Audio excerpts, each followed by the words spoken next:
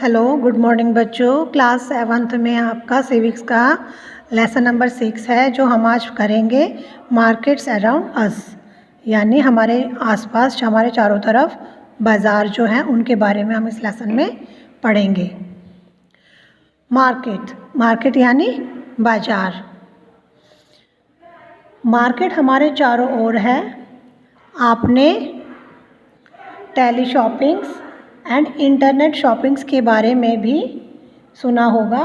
बाज़ार से हमारा तात्पर्य ऐसी जगह से है जिसके माध्यम से खरीदारों और विक्रेताओं को एक दूसरे के संपर्क में लाया जाता है और वस्तुओं और सेवाओं का आदान प्रदान किया जाता है। For example, France, Italy and New York में कमोडिटी एक्सचेंजेस इंटरनेशनल मार्केट्स है जिसमें डीलर टेलीफोन और कंप्यूटर लिंक के साथ साथ डायरेक्ट कांटेक्ट करते हैं। इस प्रकार बाज़ारों ने आधुनिक समय में वैश्विक आयाम ग्रहण किए हैं जहां उत्पाद आम बाज़ार थे। टाइप्स ऑफ मार्केट्स यानी मार्केट के प्रकार। हम अपने आसपास कई तरह के बाज़ार देखते हैं। Weekly markets, neighbourhood markets and shopping malls सभी बाज़ारों के उदाहरण हैं। वीकली मार्केट्स यानी जो साप्ताहिक बाज़ार जैसे लगते हैं। साप्ताहिक बाज़ार वह है जो सप्ताह के एक विशिष्ट दिन पर आयोजित किया जाता है। इनमें परमानेंट शॉप्स नहीं होती है। ट्रेडर्स एक दिन के लिए दुकानें लगाते हैं और शाम तक इसे हटा देते हैं।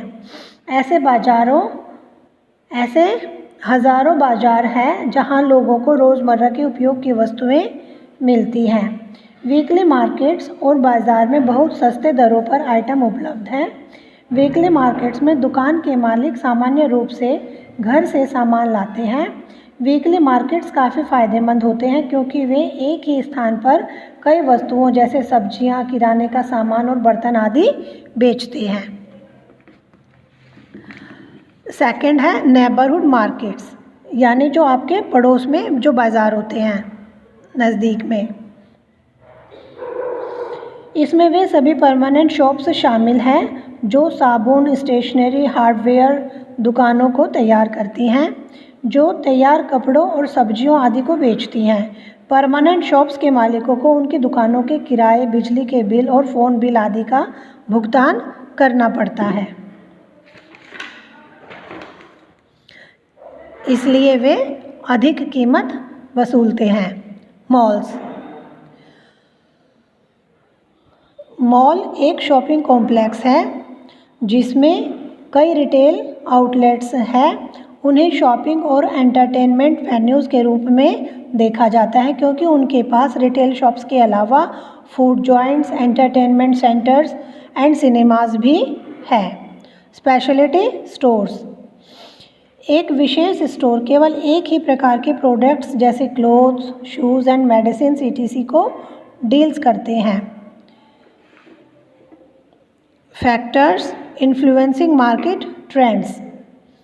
तो बच्चों, कुछ फैक्टर जो मार्केट के ट्रेंड्स को प्रभावित करते हैं जैसे अवेलेबिलिटी यानी उपलब्धता। यह एक बाज़ार का सबसे महत्वपूर्ण कारक है। कंज्यूमर मार्केट के पूरे भाग्य का फैसला करता है। किसी वस्तु की उपलब्धता से उपभोक्ता की मांग घटती या बढ़ती है। यदि बहुत अधिक मात्रा में उपलब्ध है तो कीमत कम होगी जिससे उपभोक्ताओं की मांग बढ़ेगी। इसी तरह यदि कोई वस्तु विशेष रूप से उपलब्ध नहीं है तो इसकी कीमत अधिक होगी जो उस विशेष वस्तु की मांग को कम कर देगा। कन्वीनियंस यानी सुविधा। जैसे उपभोक्ता हमेशा अपनी सुविधा पसंद करते हैं। वे अपने घरेलू सामान को पास के बाज़ारों से प्राप्त करने की कोशिश करते हैं। यह उनके समय और गाड़ी के किराए को बचाता है। क्रेडिट यह भी बाज़ार के सबसे अधिक मांग वाले कारकों में से एक है। यहाँ क्रेडिट बाज़ार में किसी विशेष रिटेलर या ब्रांड की ख्याति को दर्शाता है। मान लीजिए किसी को जूते खरीदने हैं तो वह अपनी पसंद के ब्रांड के जूते और अपनी पेइंग कैपेसिटी को पसंद करेगा। नेक्स्ट है इसमें प्राइस यानी मूल्य। एक कमोडिटी की कीमत भी मार्केट के ट्रेंड में से एक है। प्राइस यानी मूल्य वह लागत या राशि है जो किसी वस्तु के लिए चुकानी पड़ती है। यह उपभोक्ता की जेब के अनुकूल होना चाहिए। क्वालिटी यानी गुणवत्ता।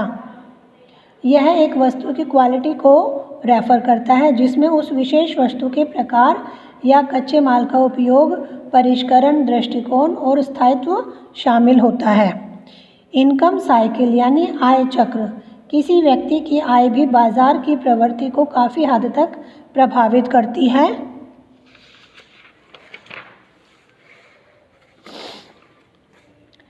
यहाँ आय चक्र एक निश्चित महीने की अवधि के दौरान अर्जित धन को रेफर करता है। मान लीजिए कि किसी